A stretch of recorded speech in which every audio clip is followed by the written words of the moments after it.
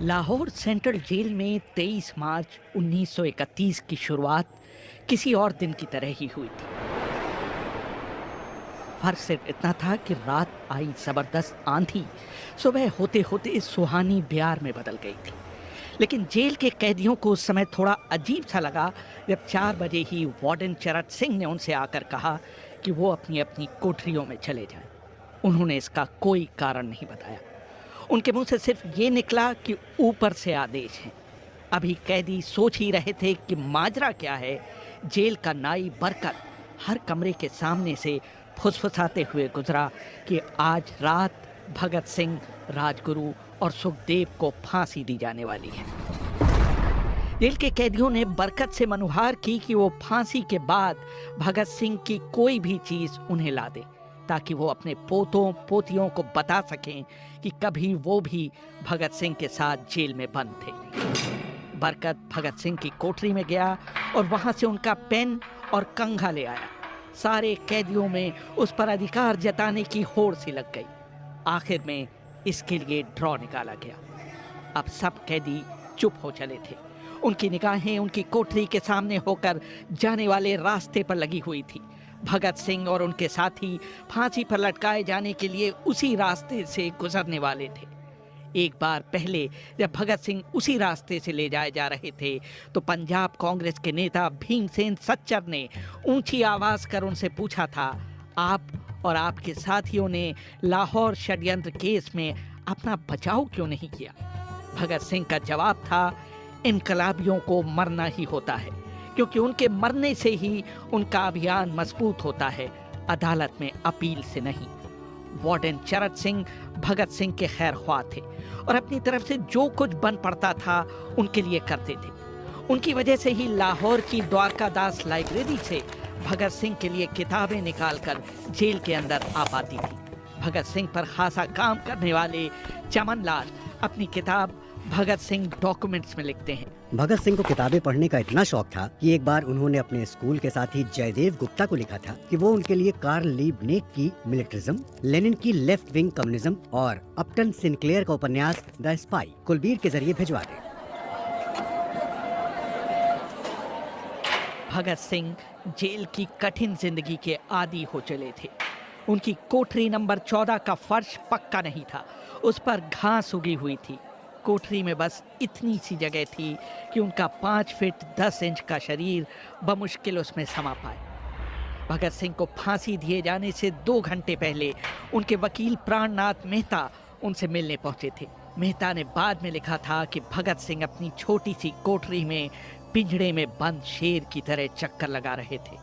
उन्होंने मुस्कुराकर मेहता का स्वागत किया और पूछा कि आप मेरी किताब रिवॉल्यूशनरी लेनिन लाए या नहीं।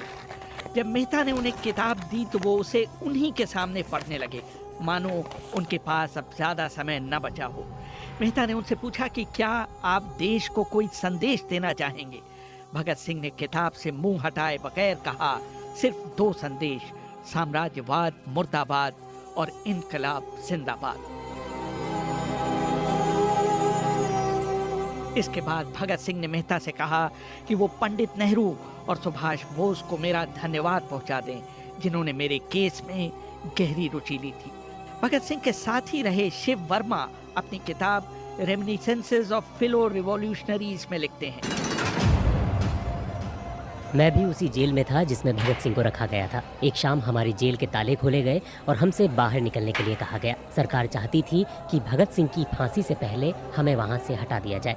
गेट की तरफ जाने से पहले जेल के सुपरिटेंडेंट ने हमसे पूछा, क्या तुम अपने कॉमरेडों से मिलना चाहोगे? हमें भगत सिंह की कोठरी के बाहर ले जाया गया। उन्हें देखते ही मेरी आंखों में आंसू आ गए। भगत सिंह ने मुझे कहा, ये भावुक होने का समय नहीं है, जल्दी ही मैं सारी चिंताओं से मुक्त हो जाऊंगा। तुम वादा करो कि तुम हार नहीं मानोगे। इतना कहकर उन्होंने सींगचे से अपने हाथ बाहर निकालकर मेरे हाथों को पकड़ लिया।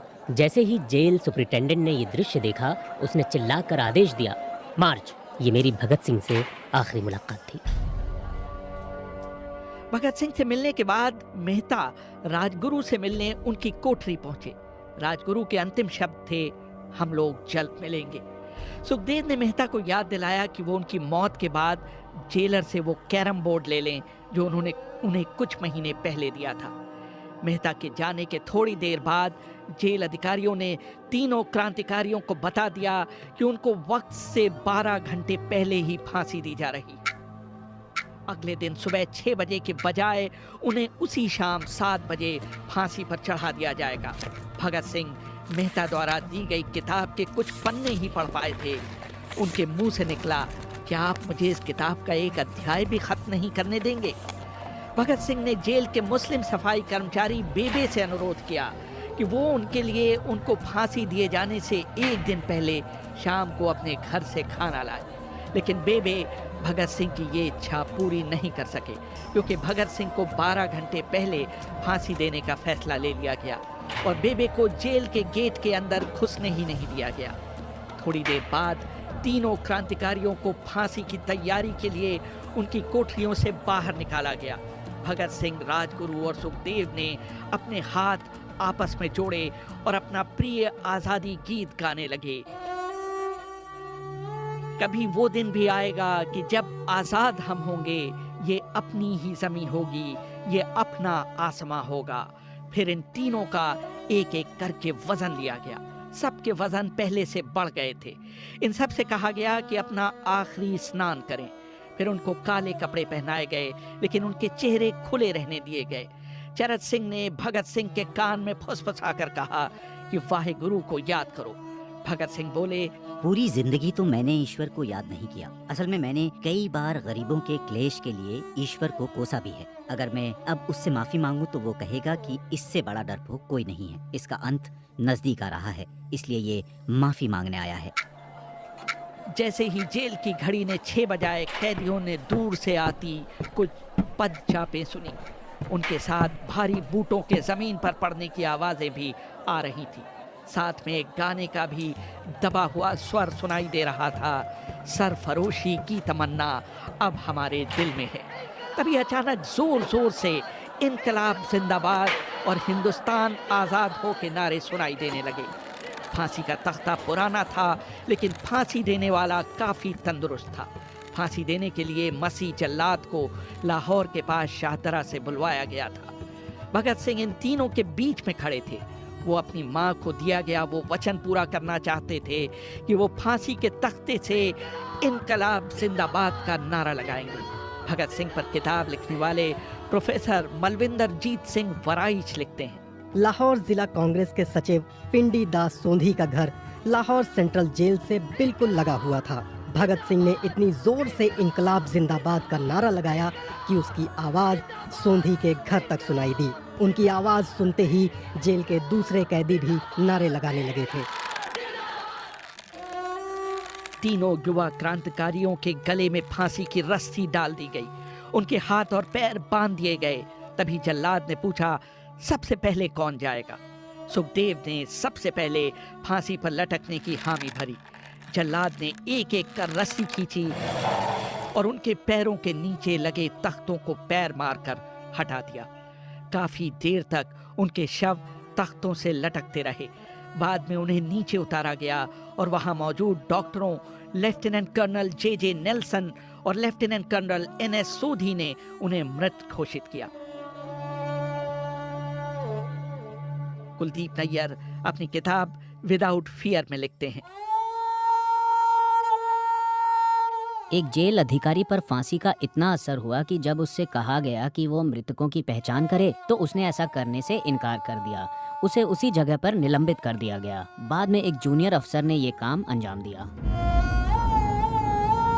पहले योजना थी कि इन सब का अंतिम संस्कार जेल के अंदर ही किया जाएगा, लेकिन फिर ये विचार त्यागना पड़ा क्योंकि अधिकारियों को आभास हुआ कि जेल से धुआं उठते देख बाहर खड़ी भीड़ जेल पर हमला कर सकती है।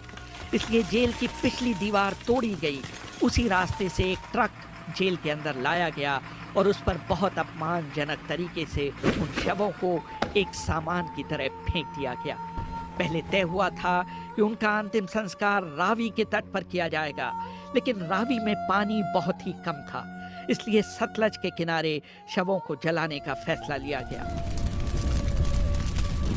उनके पार्थिव शरीर को फिरोजपुर के पास सतलज के किनारे लाया गया। तब तक रात के 10 बज चुके थे। इस बीच उप पुलिस अधीक्षक कसूर सुदर्शन सिंह कसूर गांव से एक पुजारी जगदीश अचरज को बुला लाए। अभी उनके शवों में आग लगाई ही गई थी कि लोगों को इसके बारे में पता चल गया। जैसे ही ब्रिटिश सैनिकों ने लोगों को अपनी तरफ आते देखा, वो शवों को वहीं छोड़कर अपने वाहनों की तरफ भागे। सारी रात गांव के लोगों ने उन अधजले शवों के चारों ओर पहरा दिया।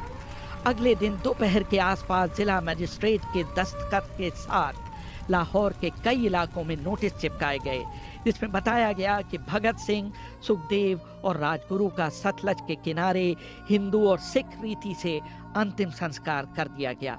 इस खबर पर लोगों की कड़ी प्रतिक्रिया आई और लोगों ने कहा कि इनका अंतिम संस्कार करना तो दूर, उन्हें पूरी तरह जलाया भी नहीं गया। जिला मजिस्ट्रेट ने इसका खंडन किया, लेकिन किसी ने उस पर विश्वास नहीं किया। इन तीनों के सम्मान में 3 मील लंबा शोक जुलूस लाहौर के नीला गुंबद से शुरू हुआ। पुरुषों ने विरोध स्वरूप अपनी बाहों पर काली पट्टियां बांध रखी थीं और महिलाओं ने भी काली साड़ियां पहन रखी थीं। लगभग सभी लोगों के हाथ में काले झंडे थे। लाहौर के मॉल से गुजरता हुआ जुलूस अनारकली बाजार के बीचों बीच जा रुका। यकायक पूरी भीड़ में उस समय सन्नाटा छा गया जब घोषणा की गई कि भगत सिंह का परिवार तीनों शहीदों के बचे हुए अवशेषों के साथ फिरोजपुर से वहां पहुंच गया है। जैसे ही 3 फूलों से ढके ताबूतों में उनके शव वहां पहुंचे, भीड़ भावुक हो गई। लोग अपने आंसू नहीं रोक पाए। वहीं पर एक मशहूर अखबार के संपादक मौलाना जफर अली ने एक नज्म पढ़ी, जिसका लब्बो-लबाब था कि किस तरह इन शहीदों के अधजले शवों को खुले आसमान के नीचे जमीन पर छोड़ दिया गया। उधर भगत सिंह की फांसी के बाद वार्डन चरत सिंह सुस्त कदमों से अपने कमरे में पहुंचे और फूट फूट कर रोने लगे। अपने 30 साल के करियर में उन्होंने सैकड़ों फांसियां होती देखी थीं, लेकिन किसी ने मौत को इतनी बहादुरी से गले नहीं लगाया था जितना भगत सिंह और उनके 2 कॉमरेडों ने। कम से कम उस समय किसी को इस बात का अंदाजा नहीं था कि 16 साल बाद उनकी शहादत भारत में ब्रिटिश साम्राज्य के अंत का एक कारण साबित होगी और भारत की जमीन से सभी ब्रिटिश सैनिक हमेशा के लिए चले जाएंगे।